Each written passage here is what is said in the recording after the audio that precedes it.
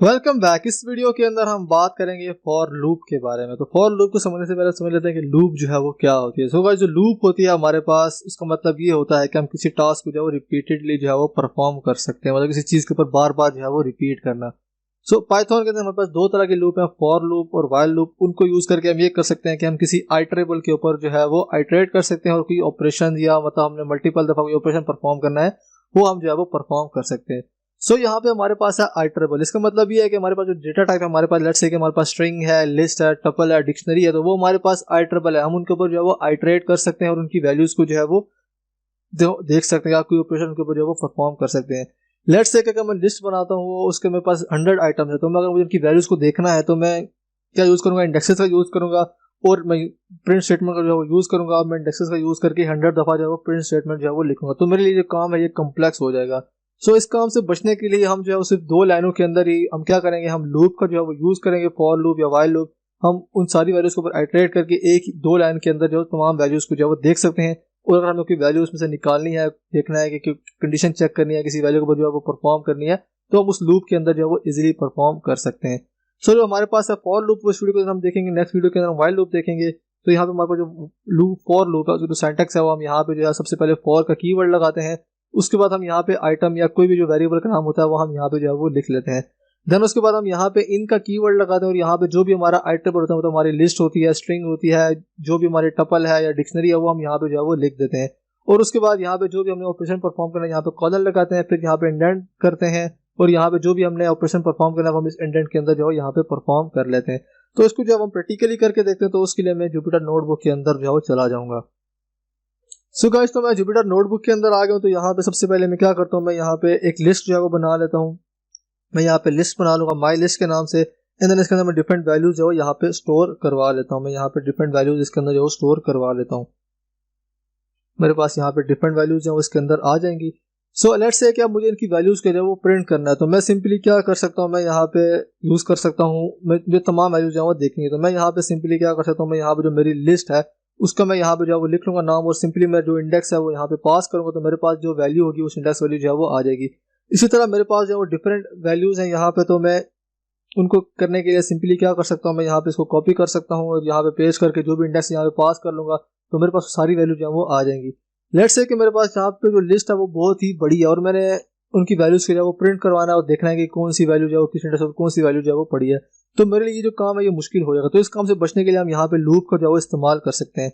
तो यहाँ पे मेरे पास आती है फॉर लूप। तो सबसे पहले मैं यहाँ पे कर लूंगा फॉर, और यहाँ पे उसके बाद हमें जो भी नाम लिखना है वो हम यहाँ पे जो है वो लिख लेंगे। तो मैं यहाँ पे कर लेता हूँ आइटम। उसके बाद हम यहाँ पे इनका कीवर्ड लिखेंगे। इनके बाद जिस के ऊपर हमने आइटरेट करना है वो हम यहाँ पे जो है वो लिख देंगे। तो मैंने यहाँ पे अभी लिस्ट के ऊपर जो है वो आइटरेट करना है, तो मैं यहाँ पे लिस्ट का जो नाम है वो यहाँ पे जो है वो लिख दूंगा। तो मेरे पास यहाँ पे आ गया माई लिस्ट। और उसके बाद अब हमने क्या करना है, यहाँ पे सिंपली मुझे करना है कि मैं सिंपली इनकी वैल्यू जो है वो यहाँ पे प्रिंट करवा लूँ। तो मेरी जो वैल्यू होगी वो तमाम वैल्यूज इस आइटम के अंदर जो स्टोर होते रहेंगे, और फिर मैं इसको प्रिंट करूंगा, इसके जो भी ऑपरेशन परफॉर्म करूंगा तो मेरे पास यहाँ पे जो है वो आ जाएगा। तो इसको मैं रन करता हूँ तो यहाँ पे आप देख सकते हैं कि यहाँ पे जो वैल्यूज थी वो तमाम दो लाइनों के अंदर सारी यहाँ पे जो है वो प्रिंट हो गया। मैं यहाँ पे इंडेक्सेस का जो है वो यूज नहीं करना पड़ा, उसने खुद ही इंडेक्सेस को देख लिया और तमाम वैल्यूज इसके अंदर स्टोर कर दिया आइटम के अंदर, और फिर हमने यहाँ पे आइटम प्रिंट करवा दिया। तो यहाँ पे जो वैल्यूज थी वो हमारे पास यहाँ पे जो है वो प्रिंट हो गई है। इसके अलावा हमारे पास यहाँ पे जो फॉर लूप है उसके अंदर हमारे पास एक रेंज का फंक्शन जो है वो होता है, तो हम उसको देखते हैं। तो उसके लिए मैं यहाँ पे क्या करता हूँ, लेट्स से कि मैं यहाँ पे दोबारा से फॉर लूप लगा लूंगा। एंड देन मैं यहाँ पे जो है वो बना लेता हूँ आई। एंड देन यहाँ पे इन लगाएंगे और हमारे पास यहाँ पे जो रेंज का फंक्शन है वो हम यहाँ पे जो है वो लिख लेंगे। सो जो रेंज का फंक्शन है वो ये करता है कि हम इसको बता सकते हैं कि हमने जो लूप है वो कहाँ से लेके कहाँ तक जो है वो चलानी है। तो उसके अंदर हम यहाँ पे तीन आर्गुमेंट जो यहाँ पे पास करते हैं। सबसे पहला जो हमारा आर्गुमेंट होता है वो स्टार्ट होता है कि हमने स्टार्ट कहाँ से करना है।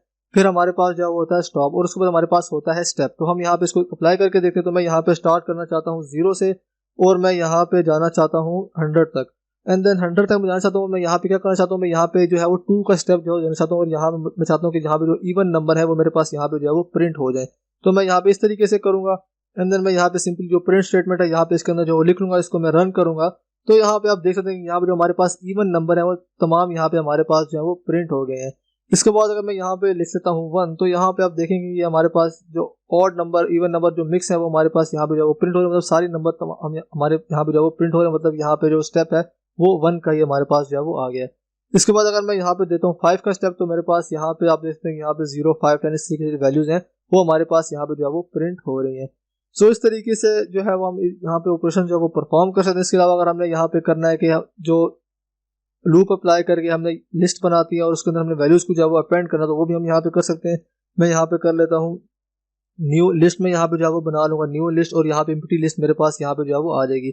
मैं चाहता हूँ कि जो तमाम इवन नंबर है वो मैं इस लिस्ट के अंदर जो स्टोर करवा दूँ, तो मैं सिंपली क्या करूँगा, मैं सिंपली यहाँ पे जो न्यू लिस्ट है उसको मैं यहाँ पे कॉल कर लूँगा, और यहाँ पे डॉट अपेंड का मेथड होता है वो मैं यहाँ पे जो है वो कॉल कर लूँगा, और यहाँ पे इसके अंदर आई को जो है वो पास करवा दूंगा, तो तमाम वैल्यूज जो होंगी उसके अंदर जो है वो अपेंड हो जाएंगे। उसके बाद मैं यहाँ पे जो न्यू लिस्ट है उसको यहाँ पे प्रिंट करवा लेता हूँ। तो यहाँ पे आप देख सकते हैं कि यहाँ पे जो तमाम इवन नंबर थे वो इसके अंदर जो है वो चले गए। तो इस तरीके से अगर हमें कोई रैंडम नंबर जनरेट करने हैं किसी भी लिस्ट के अंदर या टुपल के अंदर, तो हम इस तरीके से जो है वो कर सकते हैं यूजिंग लूप। इसके बाद जो लूप है उसको हम डिक्शनरी के ऊपर भी जो अप्लाई कर सकते हैं। तो मैं यहाँ पे डिक्शनरी बना लेता हूँ माई डिक्शनरी के नाम से, एंड उसके बाद यहाँ पे इसके अंदर जो मैं की वैल्यू पेयर जो यहाँ पे लिख लूंगा। मैं यहाँ पे कर लेता हूँ नेम, नेम के अंदर मेरे पास यहाँ पे आ जाएगा जेसन, मेरे पास आ जाएगा। उसके बाद मैं यहाँ पे दूसरा बना लेता हूँ कि एज के नाम से, और एज के अंदर मैं यहाँ पे 20 रख लेता हूँ, ये भी स्ट्रिंग रख लेता हूँ। एंड देन मेरे पास यहाँ पे आ गया सिटी आ गया तीसरा वाला, और सिटी के अंदर मैं यहाँ पे कोई दूसरी वैल्यू जो मैं यहाँ पे लिख लेता हूँ, मैं यहाँ पे लिख लेता हूँ लंदन। सो इसको एंटर करूँगा तो मेरे पास यहाँ पे डिक्शनरी है वो यहाँ पे आ गई। तो अगर हमें इसके ऊपर इटरेट करना है तो हम वो भी कर सकते हैं इजीली। तो मैं यहाँ पे दोबारा से फॉर लूप लगा लूंगा, एंड देन मैं यहाँ पे कर लेता हूँ आइटम। सो उसके बाद यहाँ पे item in, and then my dictionary मेरे पास यहाँ पे आ जाएगा। हमने इसके ऊपर जो है इटरेट करना है, एंड देन उसके बाद यहाँ पे मैं चाहता हूँ कि यहाँ पे जो इसकी जो कीज है वो मैं यहाँ पे जो है वो प्रिंट करवाऊँ। तो सिंपली मैं क्या करूंगा, मैं यहाँ पे लिखूंगा प्रिंट, एंड देन मैं यहाँ पे लिखूंगा आइटम। सो जो हमारी कीज होंगी वो यहाँ पे जब इसके ऊपर आइटरेट होगा तो वो आइटम के अंदर जो यहाँ पे स्टोर हो जाएंगी। सो इसको मैं रन करूंगा तो यहाँ पे आप देखेंगे कि यहाँ पे जो कीज थी हमारे पास इस डिक्शनरी की वो हमारे पास यहाँ पे जो है वो आ गई है।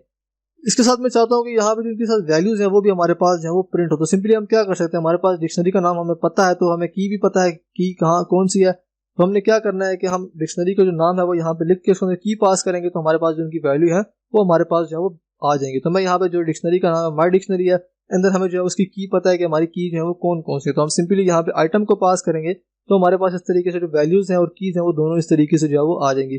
सो इसके ऊपर जो है आइटरेट करेंगे डिक्शनरी के ऊपर, तो यहाँ पे जो आइटम होगा वो हमारी जो की को रिप्रेजेंट करेगा।